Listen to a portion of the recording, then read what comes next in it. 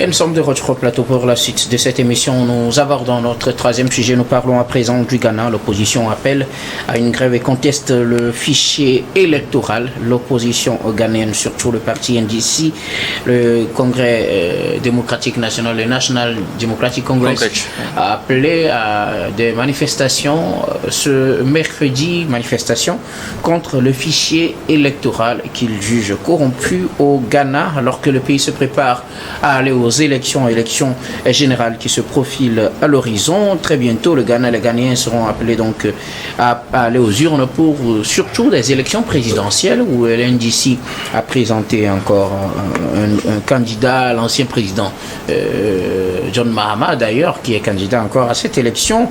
Et son parti conteste le fichier électoral qui doit servir pour ces élections. On parle d'environ 1 million de grèves portées sur ces fichiers, gonflement des chiffres d'environ 1 million d'électeurs pour lesquels on dénombre plusieurs problèmes, soit c'est des gens dont on ne retrouve pas le nom ou les photos, ou soit l'un des éléments manque dans la description ou dans la présentation de l'électeur, soit on parle de transferts inhabituels, des transferts dans des lieux, des localités que les électeurs ne connaissent pas. On dénombre plusieurs problèmes. Et face à cela, ils ont demandé un audit du fichier électoral, ce que n'accepte pas la commission électorale. Pour cela, le parti a organisé des manifestations dans toutes les régions du Ghana, manifestations qui ont eu lieu également ce mercredi avec quelques incidents signalés un peu dans certaines régions. Nous en parlons avec nos invités. Je commence par vous, Kwakuvi Baili Abassa. Le Ghana se prépare pour des élections générales vers la fin de cette année au mois de novembre. Oui.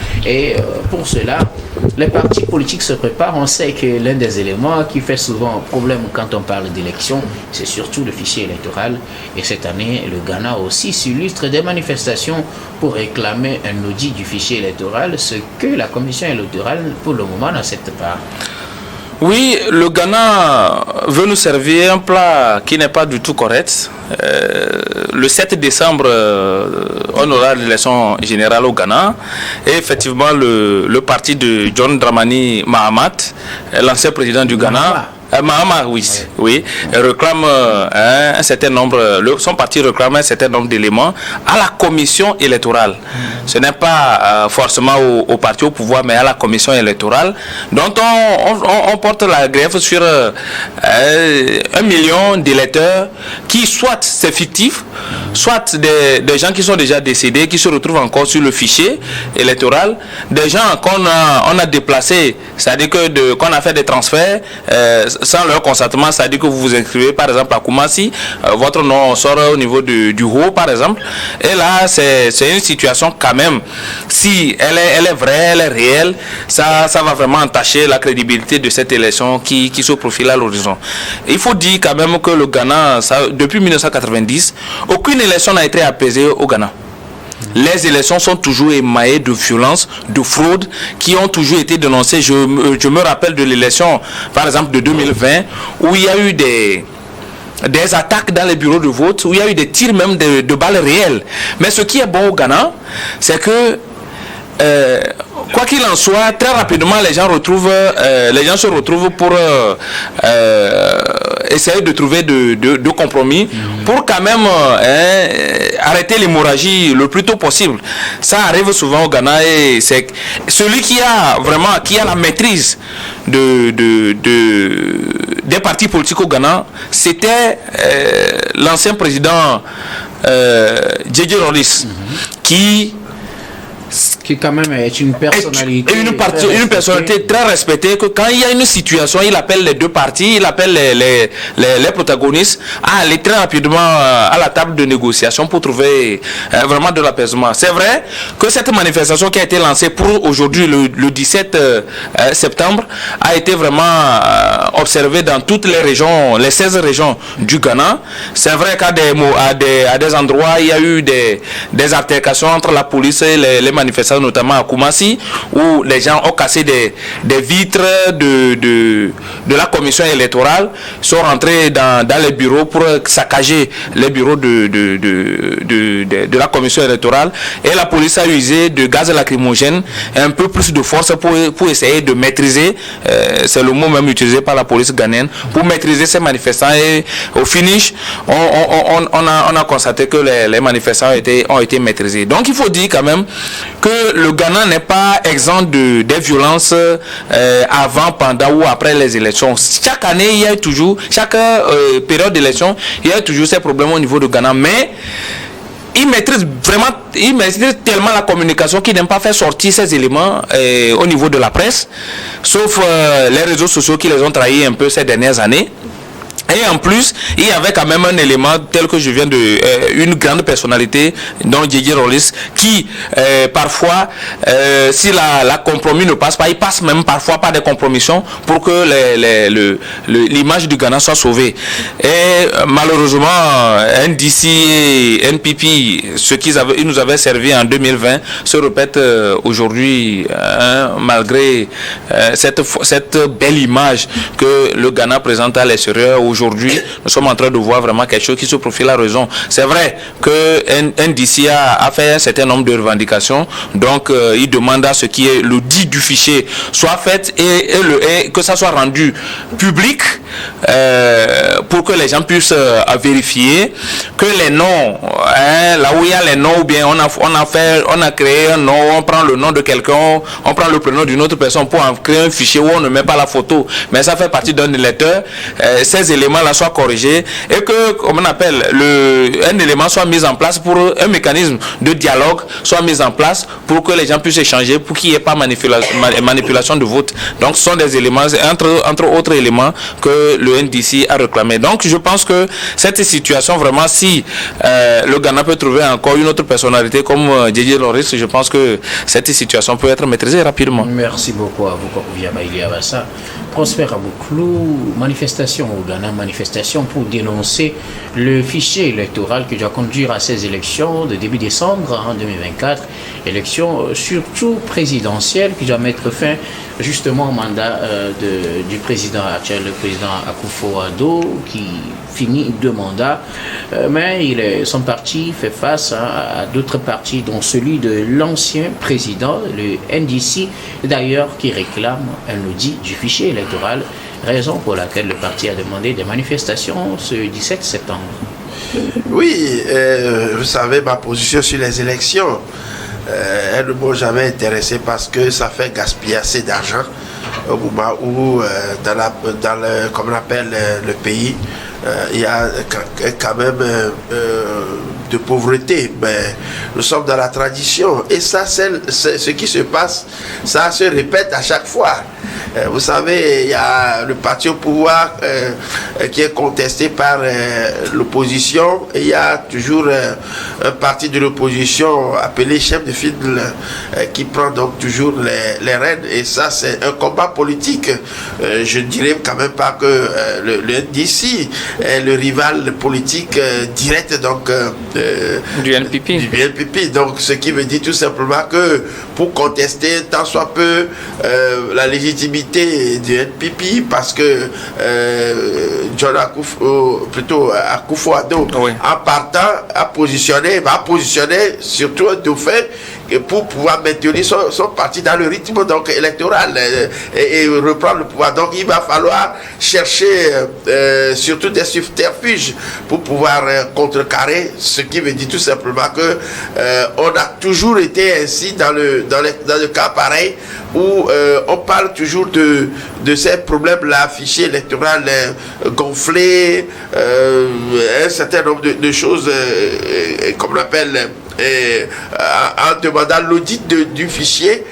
On sait que ce sont des dispositions qui sont difficiles, mais on essaie de mettre un peu plutôt le bâton dans les roues de la commission électorale pour que ça puisse donc traîner tout petit peu et chercher un peu plus de popularité. Vous voyez, lorsqu'on appelle à manifester dans les régions, dans les régions, il y a eu des manifestations. Et ce qui est mauvais, c'est que après, c'est les casses qui passe. Donc on casse tout au passage. Et ça, je crois quand même que c'est des rites auxquels on est habitué. Et moi, ça ne m'étonne pas que le NDC puisse trouver vraiment des argumentaires pour pouvoir se défendre et donner donc l'alerte pour que l'on puisse donc s'intéresser tant soit peu à lui pour cultiver un tout petit esprit de popularité afin que les gens, vous savez, le Ghana a connu beaucoup, donc sur le plan économique, une baisse, je dirais considérable donc de son CD. Il y avait eu beaucoup donc d'inflation. Tout ce qui s'est passé dans ce pays a fait baisser tout petit peu la cote de popularité donc du NPP. Donc ce qui veut dire tout simplement que on est dans une bataille électorale.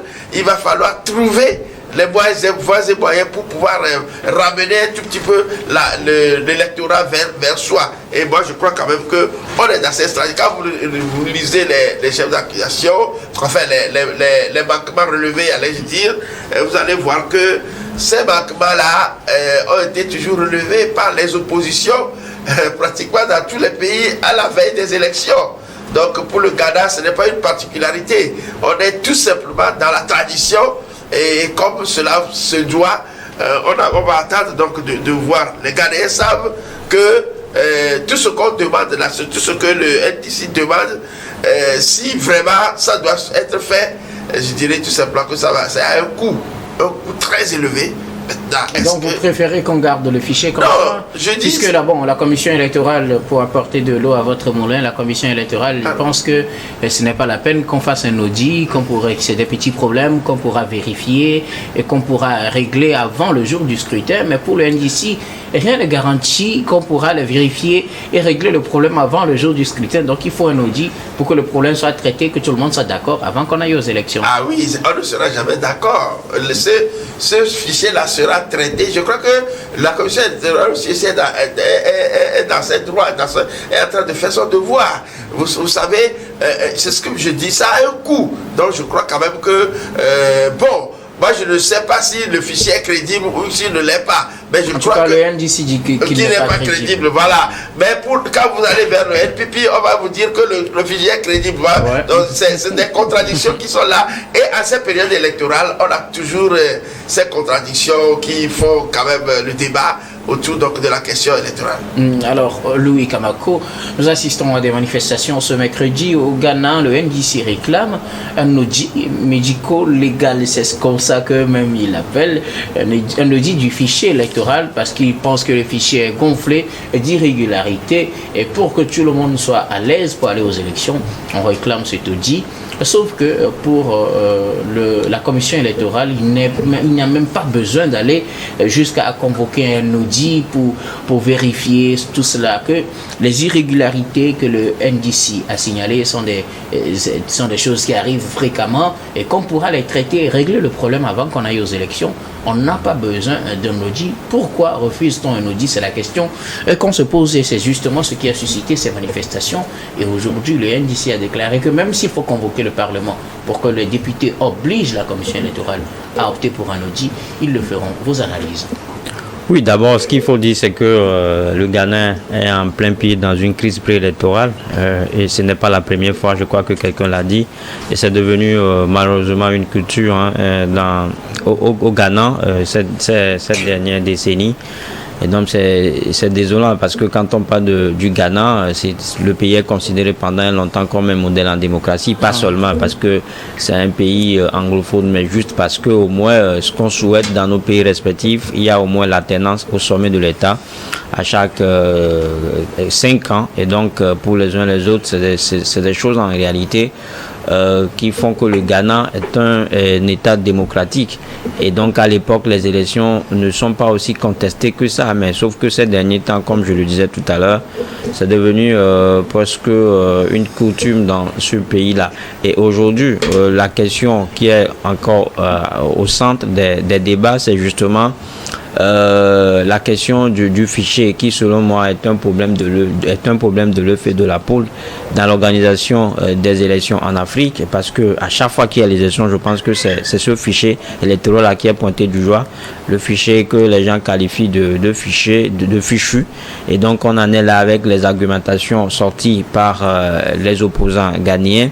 Et ce qui est encore révélateur dans ce qui se fait ou bien dans ce qui se dit, c'est que ces revendications-là sont portées par le parti d'un ancien président, John Mahama, je crois que les uns les autres l'ont dit, qui a été à un moment donné président du Ghana et qui sait à peu près ce qui se passe en termes d'organisation électorale. Il sait que pour gagner les élections, il faut justement qu'on ait un fichier électoral crédible et fiable.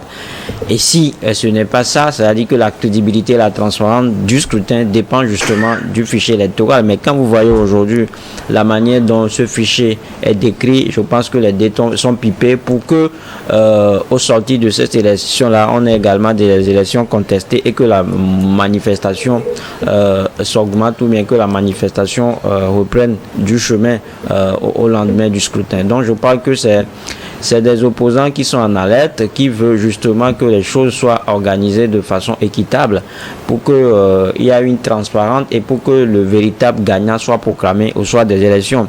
Et ça devient encore sérieux parce que cette revendication ne doit pas être prise à la légère, parce qu'aujourd'hui, on l'a dit que le président sortant, John Akufo, ne va pas rempiler, mais juste à positionner Nana Akufo-Addo ne va pas rempiler, mais il a positionné un dauphin. C'est là où ça devient encore sérieux, parce que ça veut dire qu'il va vouloir mettre tous les moyens à sa disposition pour que la victoire revienne toujours à son parti. Donc c'est pour ça que les uns et les deux sont aux aguets.